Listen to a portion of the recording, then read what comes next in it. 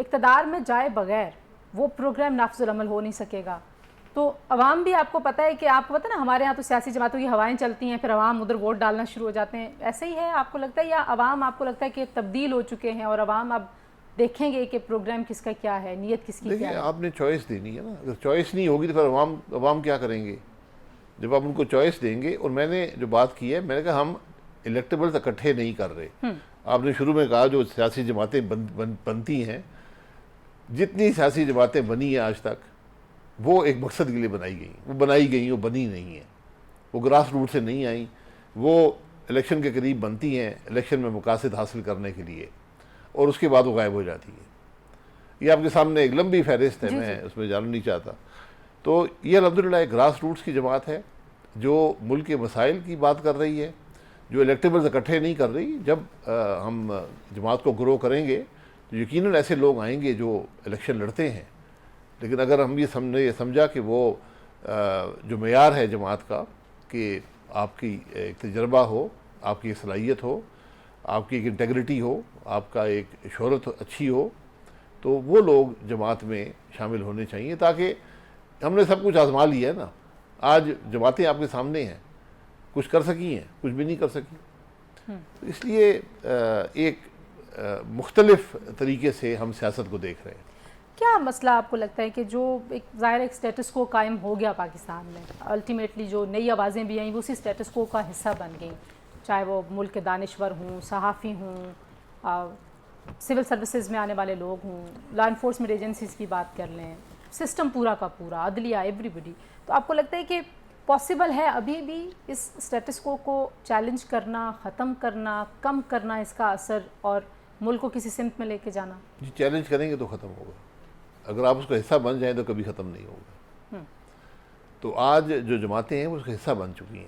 ان کو صرف اقتدار چاہیے, صرف کرسی چاہیے, اس کے بعد ان کو کچھ ان کے پاس ہے نہیں, نہ کر سکیں ہیں. تو اس لیے اگر آپ اقتدار ڈھونڈیں گے تو شاید اقتدار آپ کو مل جائے, لیکن آپ کے پاس وہ صلاحیت نہیں ہے کہ آپ اس کو حل کر سکیں.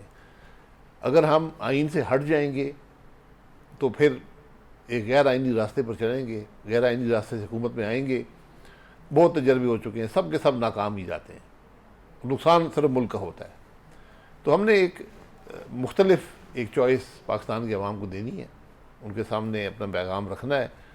تو مجھے امید ہے کہ لوگ رسپونڈ کریں گے. یہ ایک جماعت اس میں کچھ ڈیفرنٹ بھی آپ نے کہا کہ آپ سارے وہ لوگ ہیں جو مینلی سامنے نظر آ رہے ہیں کہ جو اپنی اپنی جماعتوں سے اختلاف رائے رکھنے کی وجہ سے جماعتوں سے الگ ہوئے. تو اس جماعت کا سٹرکچر کیسا ہوگا؟ اس میں بھی ہمیشہ کے لیے کوئی ایک ہی صدر ہوگا, آپ کے بعد آپ کے بچے ہوں گے؟ جی ہم نے آئین بنا دیا, اس کو پڑھ لیں, اس میں سب کچھ یہ باتیں لکھی ہوئی ہیں. اچھا, کہ جو عہدیدار ہیں وہ صرف 2 ٹرمز, 3 سال کی ٹرم ہے, 2 ٹرم تک رہ سکتے ہیں. اچھا. اور جو عہدیدار ہیں, جو اسمبلی کے ممبران ہیں, ان کو ریزرو سیٹیں اور سینٹ کی سیٹیں نہیں ملیں گی. یہ ہم نے ابھی سے لکھ دیا ہے. یہ تو بات یہ ہے کہ آپ نے مسائل کے حل کی بات کرنی ہے, آپ نے راستہ دکھانا ہے, آپ نے صرف باتیں نہیں کرنی. اب مشکل یہ ہے کہ جو جماعتیں موجود ہیں باتیں بھی نہیں کر سکتی. نہیں, آپ کو پریشر گروپ بنیں گے, یعنی کہ ظاہر ہے جب آپ حکومت میں نہیں ہیں اینڈ آپ ایک نئی جماعت بنا رہے ہیں تو آپ کا جو رول ہوگا وہ ظاہر اپوزیشن کا رول ہوگا. تو یو تھنک کہ آپ پارلیمنٹ سے باہر ہی صحیح بٹ آپ ایک اپوزیشن کا رول ادا کر رہے ہوں گے؟ بالکل. آج جب ہم جماعت بنا رہے ہیں تو ہم اقتدار میں نہیں ہیں, ہم پارلیمان میں بھی نہیں ہیں, لیکن یقیناً ایک آواز جو ملک کے مسائل کی بات کرے اس کو تقویت ملتی ہے, لوگ اسی طرف دیکھتے ہیں, کیونکہ ان کو وہاں سے تو کچھ مل نہیں رہا. جو آج پارلیمان کے اندر جو حکومت ہے اور جو اپوزیشن ہے, دونوں سے ملک کے مسائل کی بات تو نہیں ہو رہی, ایک دوسرے پر الزامات لگانے میں وقت گزارتے ہیں.